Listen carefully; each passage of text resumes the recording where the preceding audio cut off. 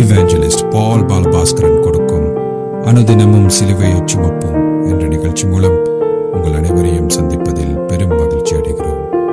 இந்த நிகழ்ச்சி உங்களுக்கு ஆசீர்வாதமாக இருந்தால் இதனை மற்றவர்களுக்கும் எடுத்துச் செல்ல வேண்டும் என்று உங்களை அன்புடன் வேண்டிக் கொள்கிறோம். தேவனுடைய கிருபையும் அன்பும் சமாதானமும் உங்கள் அனைவரோடும் கூட இருப்பதாக. ஆமேன்.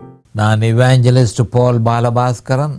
அனுதினமும் சிலுவையை சுமப்போம் என்ற இந்த நிகழ்ச்சியில் மறுபடியும் என் சகோதரர்கள், என் சகோதரிகள், என் நண்பர்கள் எல்லோரையும் சந்திப்பதில் நான் பெரும் மகிழ்ச்சி அடைகிறேன். இந்த அருமையான நேரத்தை கர்த்தராகிய இயேசு கிறிஸ்து எங்களுக்கு ஒதுக்கி தந்திருக்கிறார். இந்த நேரத்தில் கர்த்தருடைய வேத வார்த்தைகளை உங்களோடு பகிர்ந்து கொள்வது எனக்கு மிகுந்த சந்தோஷத்தை அளிக்கிறது என்பதை நீங்கள் அறிந்து கொள்ள வேண்டும். கர்த்தருடைய வார்த்தை என சொல்லப்படும் பொழுது ஆதியாகமம் 1:1 இருந்து வெளி 22-21 வரை இருக்கிற சகல வாக்கியங்களும் கர்த்தருடைய வார்த்தை. இந்த கர்த்தருடைய வார்த்தையை நாங்கள் தொடர்ச்சியாக அந்த வார்த்தையையே நாங்கள் பிரசங்கிக்க வேணும். ஏனென்று சொன்னால் அதுதான் சிலுவையில் அறையப்பட்ட இயேசு கிறிஸ்துவை பிரகடனப்படுத்துகிறது என்று சொல்லி 1 கொரிந்தியர் 1:23 பவுல் அப்போஸ்தலர் தெளிவாக சொல்லியிருக்கிறார். நாங்களோ சிலுவையில் அறையப்பட்ட கிறிஸ்துவை பிரசங்கிக்கிறோம் என்று சொல்லியிருக்கிறார். இப்போ நாங்கள் நேரடியாக வார்த்தைக்கு போவோம். யோவான் 6:28-29. யோவான் 6:28-29. அப்பொழுது அவர்கள் அவரை நோக்கி, தேவனுக்கேற்ற கிரியைகளை நடப்பிக்கும்படி நாங்கள் என்ன செய்ய வேண்டும் என்றார்கள். இயேசு அவர்களுக்கு பிரதி உத்தரமாக, அவர் அனுப்பினவரை நீங்கள் விசுவாசிப்பதே தேவனுக்கேற்ற கிரியாக இருக்கிறது. இப்போ என்ன சொல்கிறார் என்று சொன்னால், உங்களுக்கு தேவனுக்கேற்ற கிரியைகள் செய்ய விருப்பமாக இருக்குதோ ஒரே ஒரு வழிதான் இருக்குது. அவர் அனுப்பினவரை, பரமபிதா அனுப்பினவர். ஆரை அனுப்பினார்? இயேசு கிறிஸ்துவை அனுப்பினார். பரமபிதா அனுப்பின இயேசு கிறிஸ்துவை விசுவாசிக்க வேணும். அவர் உங்களுக்காக சிலுவையில் என்ன செய்தார் என்றதை விசுவாசிக்க வேணும். அதுதான் நீங்கள் செய்ய வேண்டியது ஒன்று என்று சொல்லி தெளிவாக சொல்லியிருக்கிறார் யோவான் 6:28-29. இப்போ இதற்கு நான் தெரிந்து கொண்ட தலையங்கம், அவர் அனுப்பினவரை விசுவாசிப்பதே தேவனுக்கேற்ற கிரியையாக இருக்கிறது. மறுபடியும் சொல்கிறேன், அவர் அனுப்பினவரை விசுவாசிப்பதே தேவனுக்கேற்ற கிரியையாக இருக்கிறது. நாம் இப்பொழுது ஜெபத்திற்கு கடந்து செல்லுவோம். அருமையானங்கள் பிதாவே, உமக்கு ஸ்தோத்திரம். பரலோகத்தின் தேவனே, உமக்கு ஸ்தோத்திரம். உம்முடைய குமாரன் இயேசு கிறிஸ்துவ பலியாக சிலுவையில் ஒப்பு கொடுத்து அவருடைய வெளியேற பெற்ற இரத்தத்தினால் நீங்கள் எல்லோரையும் மீட்டு கொண்ட கிருபைக்காக உமக்கு நன்றிக்கும் ஸ்தோத்திரம். இதனை கேட்டுக்கொண்டிருக்கும் என் சகோதர சகோதரிகள், நண்பர்கள் எல்லோரையும் தேவரையில் ஆசீர்வதித்து அபிஷேகித்து பிரகாசமான மனக்கண்களை அவர்களுக்கு கொடுத்து உம்முடைய வேத வார்த்தைகளை அறிந்து கொள்ளக்கூடிய பாக்கியத்தை அவர்களுக்கு கொடுத்தருள வேணும் என்றும், அதே நேரம் அடியேனையும் அபிஷேகித்து உம்முடைய வேத வார்த்தைகளை நிதானமான முறையில் போதிக்கத்தக்கதாக உம்முடைய பரிசுத்த ஆவியானவர் அவரே முன்னின்று போதனை செய்ய வேணும் என்று இயேசு கிறிஸ்துவின் நாமத்தினால் கேட்டுக்கொள்கிறேன் பிதாவே. Amen and amen and amen. ஹல்லேலூயா, ஹல்லேலூயா, ஹல்லேலூயா. அப்போ இந்த வேத வார்த்தை யோவான் 6:28-29 நான் தெரிந்து கொண்ட தலையங்கம், அவர் அனுப்பினவரை விசுவாசிப்பதே தேவனுக்கேற்ற கிரியாக இருக்கிறது. அப்போ ரட்சிக்கப்பட்டால் என்ன, ரட்சிக்கப்படா விட்டால் என்ன? இயற்கையாகவே நம்முடைய ரட்சிப்புக்கு நாம் ஏதாவது செய்ய வேண்டும் என்ற ஒரு விருப்பம் மனுஷ குலத்திற்கு உண்டு. மனுஷனிலே அந்த பிரச்சனை நடுக இருக்கு. என்னுடைய ரட்சிப்புக்கு நான் ஏதாவது செய்ய வேணும். அவன் ரட்சிக்கப்பட்டா இருந்தால் என்ன, அவன் ரட்சிக்கப்படாதவனாக இருந்தால் என்ன, இந்த நிலைப்பாடு சுயாதீனத்தின் அடிப்படையில் உருவானது என்பதை நாம் அறிந்து கொள்ள வேண்டும். மனுஷனுடைய வீழ்ச்சிக்கு பின்பு அவன் தேவனை நம்பியிருப்பதை தவிர்த்து தன்னையே நம்பியிருப்பதை தெரிந்து கொண்டான். இதுதான் மனுஷனுடைய முழு பிரச்சனைக்கும் காரணம் என்ன மாதிரி என்றால், வீழ்ச்சியின் நிமித்தம் மனுஷன் தேவனை நம்பி இருக்கிறதுக்கு பதிலாக தன்னையே நம்பி இருக்கிறதை தெரிந்து கொண்டான்.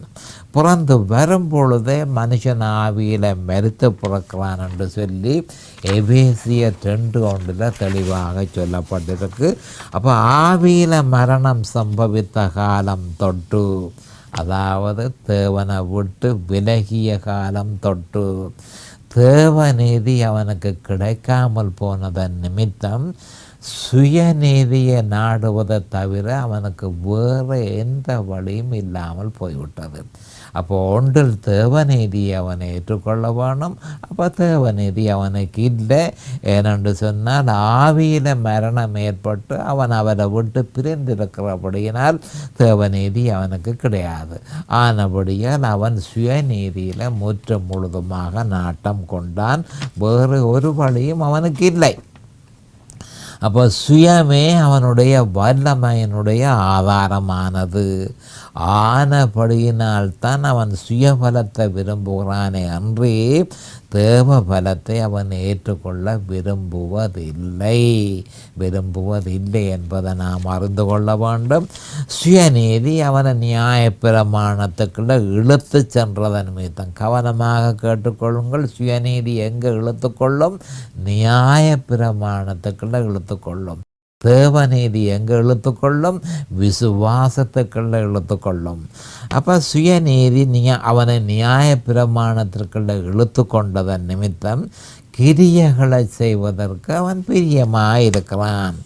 சுயநீதியை அகற்றி பிரமாணங்களை தவிர்த்து கிரியைகளை நம்பியிராமல் தேவனை மட்டுமே விசுவாசிப்பது என்பது மனுஷ பலத்தினால் முடியாத காரியமாகும். அவனுடைய சுயநீதியில் 2 விதமான சாபம் உண்டு என்பதை நாம் தெளிவாக அறிந்து கொள்ள வேண்டும். ஒன்று அதனால் சுயநீதியில் தங்கியிருப்போர் தங்களை நீதிமான்கள் என்று நினைத்து கொள்கிறார்கள். அது மட்டுமல்ல, அவர்கள் மற்றவர்களை அற்பமாகவும் பண்ணுகிறார்கள் என்று சொல்லி லூக்கா 18:9 சொல்லப்பட்டிருக்கிறது. ஆனால் மனுஷன் அறிய வேண்டியது என்ன என்பதனை பற்றி ஆண்டவர் தெளிவாக மனுஷன் பிரச்சனை இந்த பிரச்சனை, அவன் சுயநீதியில் இருக்கிறான், கிரியை செய்ய விரும்புகிறான். ஆனபடியால் ஆண்டவர் தெளிவாக ஒரு மிக முக்கியமான ஒரு வார்த்தையை மனுஷ குலத்துக்கு கொடுத்திருந்தார். யோவான் 15:5 என்னை அல்லாமல் உங்களால் ஒன்றும் செய்யக்கூடாது. வேறு கதை இல்லை. என்னை அல்லாமல் உங்களால் ஒன்றும் செய்யக்கூடாது என்று யோவான் 15:5 நம்முடைய ஆண்டவராகிய இயேசு கிறிஸ்து வலியுறுத்தி கூறியிருக்கிறார். அப்போ இப்படி இருக்க இஸ்ரவேல் இப்போ நிலைமை இப்படி இருக்குது. என்னை அல்லாமல் உங்களால் ஒன்றும் செய்யக்கூடாது என்று ஆண்டவர் சொல்லி இருக்க, இஸ்ரவேலிய புத்திரர்கள் தாம் ஏதாவது செய்ய வேண்டும் என்பதில் பிடிவாதமாக நிற்கிறார்கள். நாம் ஏதாவது செய்ய வேண்டும். ஆனால் கிறிஸ்துவோ அவர்கள் கிருபையை தவிர்த்து கிரியைகளின் மூலம் தேவனிடத்தில் வர முடியாது என்பதனை அவர்களுக்கு பிரதி உத்தரமாக அவர் அனுப்பினவரை நீங்கள் விசுவாசிப்பதே தேவனுக்கேற்ற கிரியையாக இருக்கிறது. அதுதான் கடைசியில் என்ன சொல்லப்பட்டு கிடக்கு? நீங்கள் ஒன்றும் செய்ய வேண்டிய அவசரம் இல்லை, நான் தான் உங்களுக்கு முக்கியமானது. நான் இல்லை என்று சொன்னால் நீங்கள் ஒன்றும் செய்யக்கூடாது.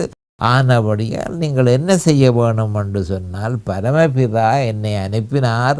ஆனபடியால் என்ன நீங்கள் விசுவாசிக்க வேணும். நான் உங்களுக்காக சிலுவையில் செய்ததை விசுவாசிக்க வேணும்.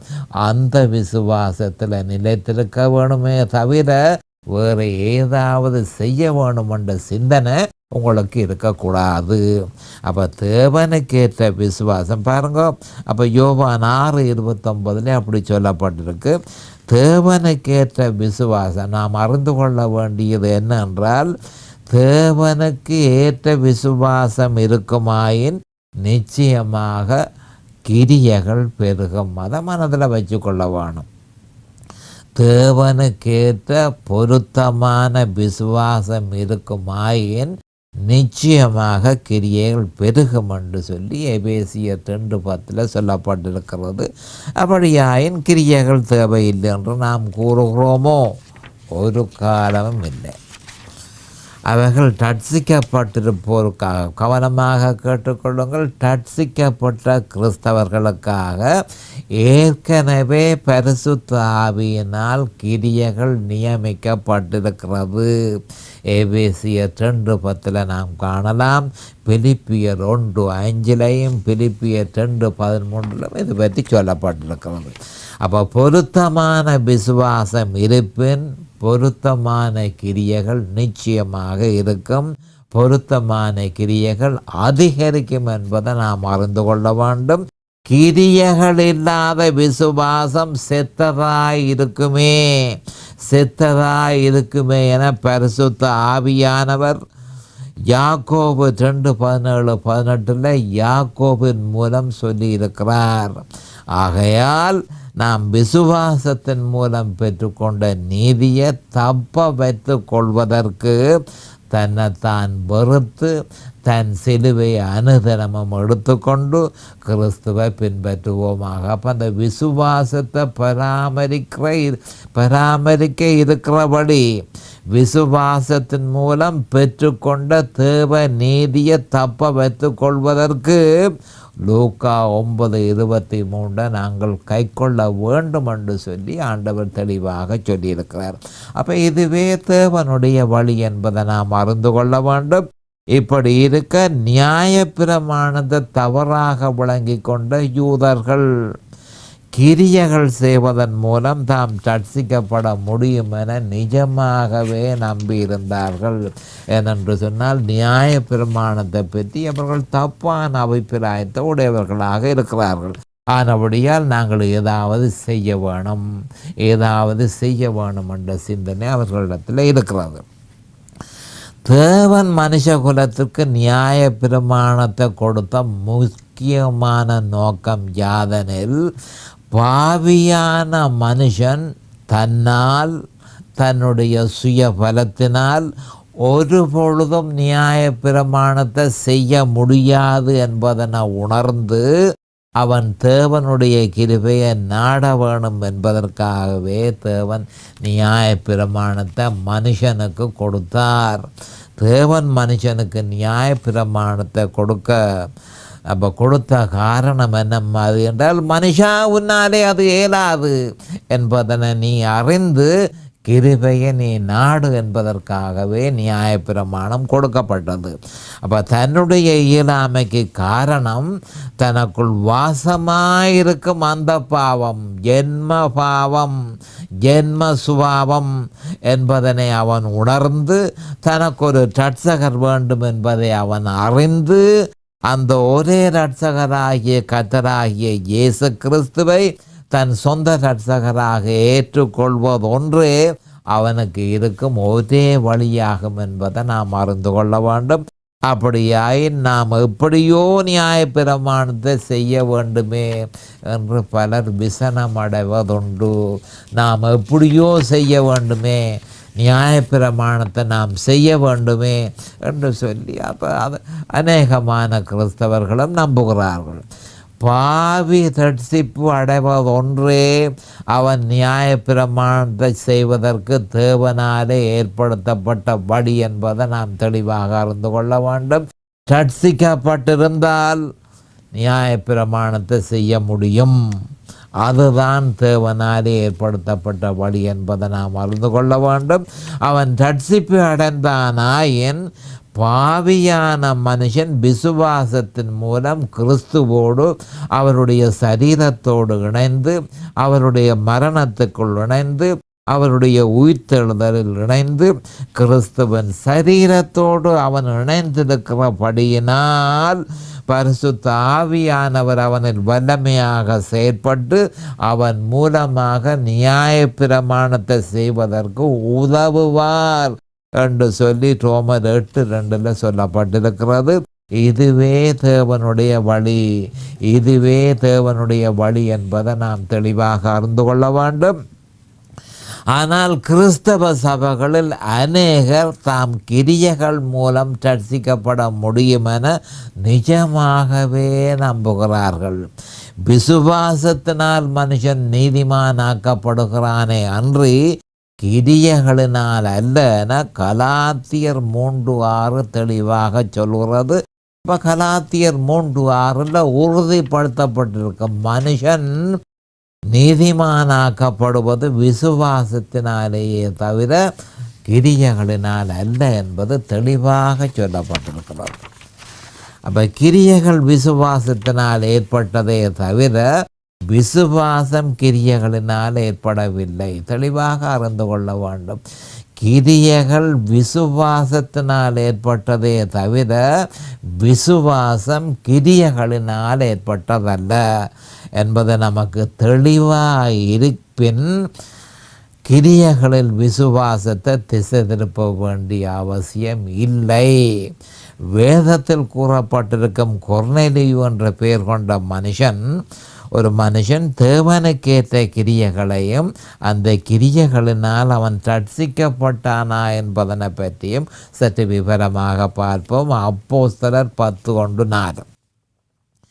இத்தாலியா பட்டாளம் எனப்பட்ட பட்டாளத்திலே 100க்கு அதிபதியாகிய கொர்நேலியு என்னும் பெயர் கொண்ட ஒரு மனுஷன் செசரியா பட்டணத்தில் இருந்தான்.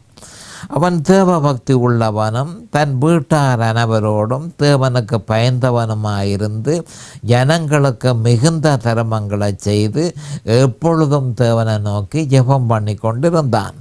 பகலில் ஏறக்குறைய 9ஆம் மணி நேரத்திலே தேவனுடைய தூதன் தன்னிடத்தில் வரவும் கொர்நேலியுவே என்று அழைக்கவும் பிரத்யட்சமாய் தரிசனம் கண்டு அவனை உற்று பார்த்து பயந்து, ஆண்டவரே என்ன என்றான்.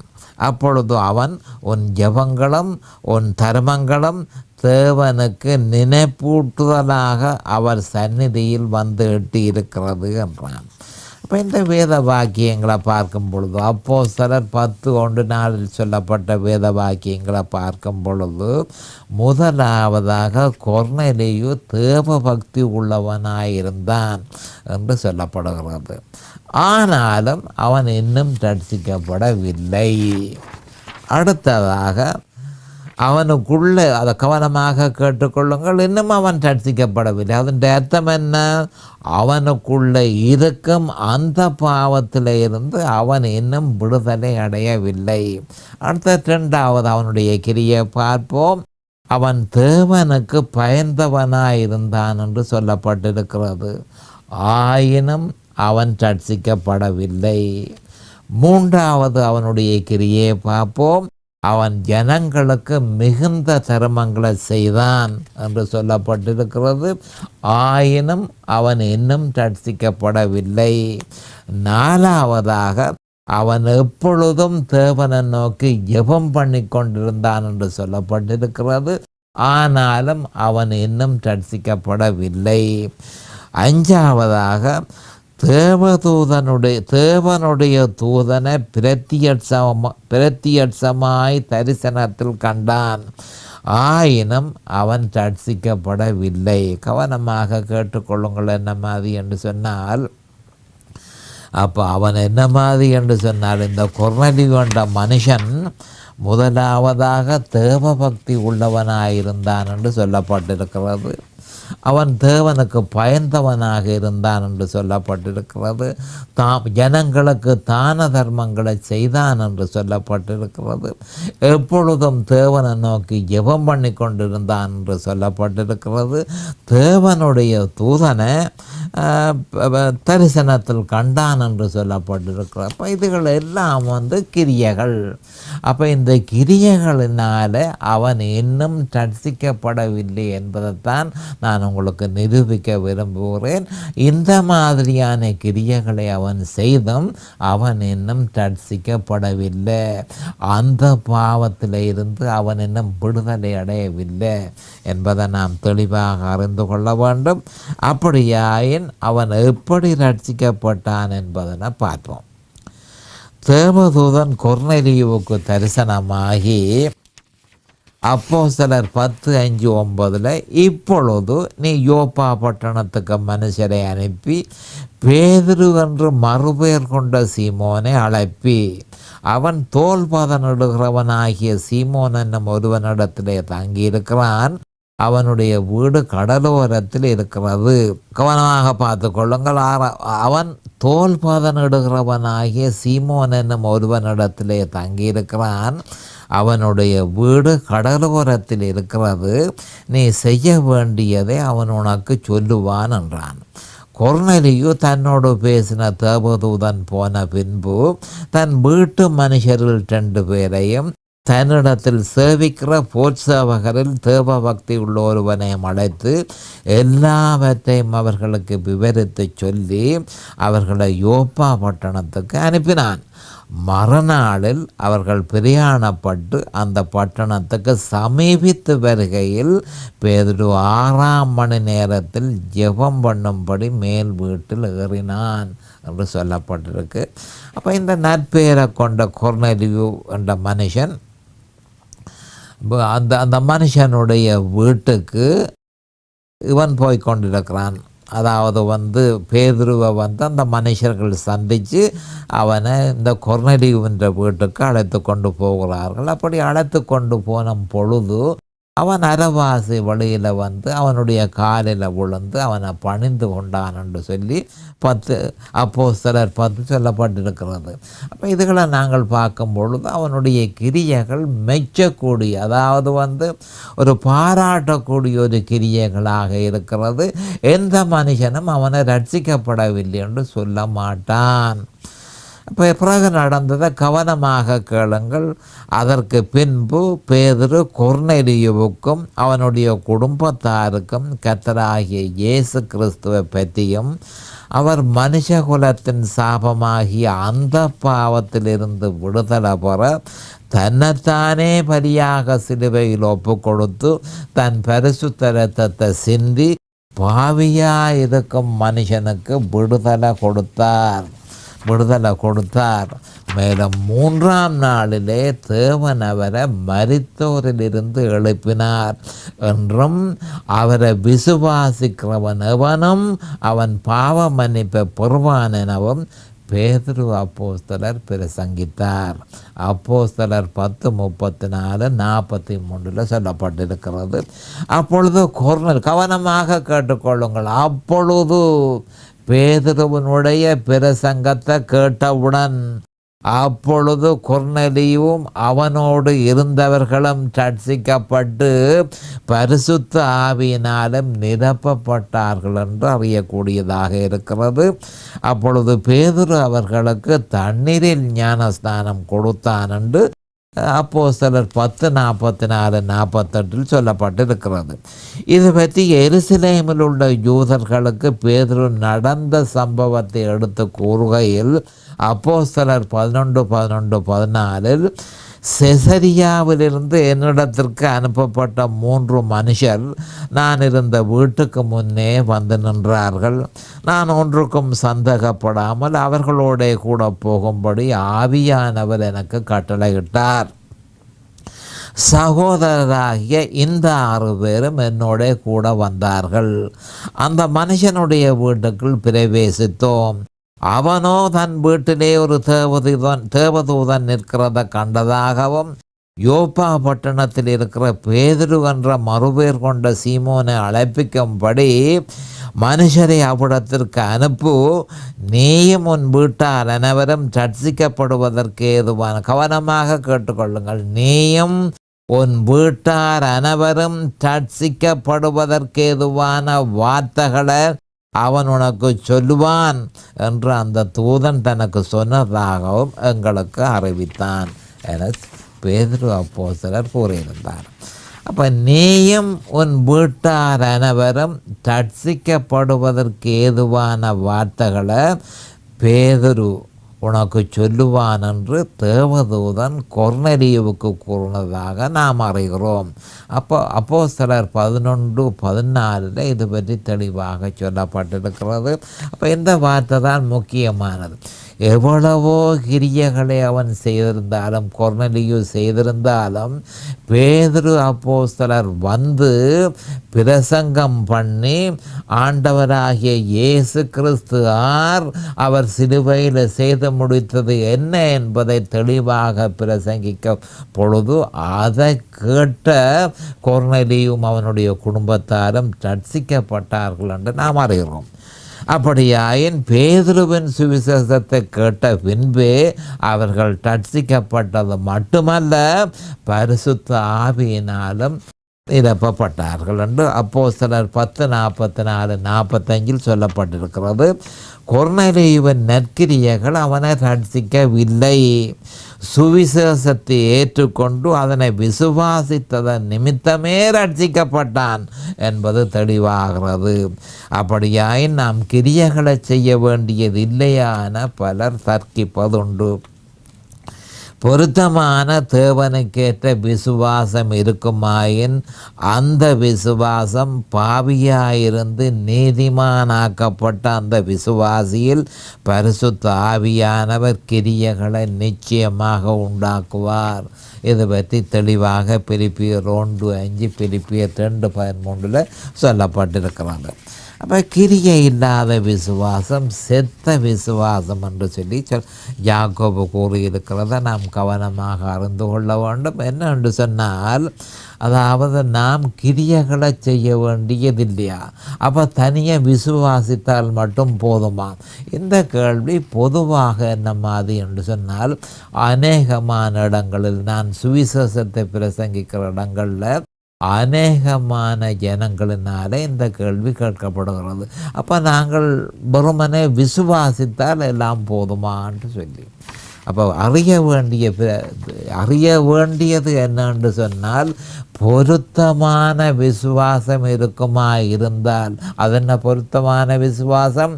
சிலுவையில் அறையப்பட்ட இயேசு கிறிஸ்துவையே விசுவாசிக்க வேணும். அவரையும் அவர் சிலுவையில் செய்ததையுமே விசுவாசிக்க வேணும்.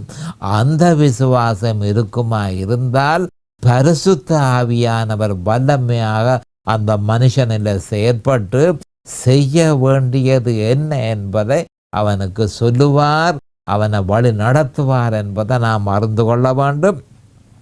அப்போ யாக்கோபு 2:17 என்ன சொல்லுதுன்னு சொன்னால், அப்படியே விசுவாசமும் கிரியைகள் இல்லாதிருந்தால் தன்னிலே தானே செத்ததாக இருக்கும். அப்போ விசுவாசி கிரியைகள் இல்லை என்று சொன்னால் அந்த விசுவாசம் செத்த விசுவாசம். அப்படியே ஆவி இல்லாத சரீரம் செத்ததாக இருக்கிறது போல கிரியைகள் இல்லாத விசுவாசமும் செத்ததாக இருக்கிறது என்று சொல்லி யாக்கோபு 2:26 சொல்லப்பட்டிருக்கிறது. கவனமாக அறிந்து கொள்ள வேண்டும். அதாவது விசுவாசமும் கிரியைகள் இல்லாதிருந்தால் தன்னில் தானே செத்ததாயிருக்கும் என்று சொல்லப்பட்டிருக்கிறது. இப்படி இருக்க நேரம் சமீபமாகிவிட்டது. அடுத்த செய்தியில் நான் உங்களை சந்திக்கும் வரை கர்த்தராகிய இயேசு கிறிஸ்துவின் நாமத்தினால் நான் உங்களை ஆசீர்வதிக்கிறேன்.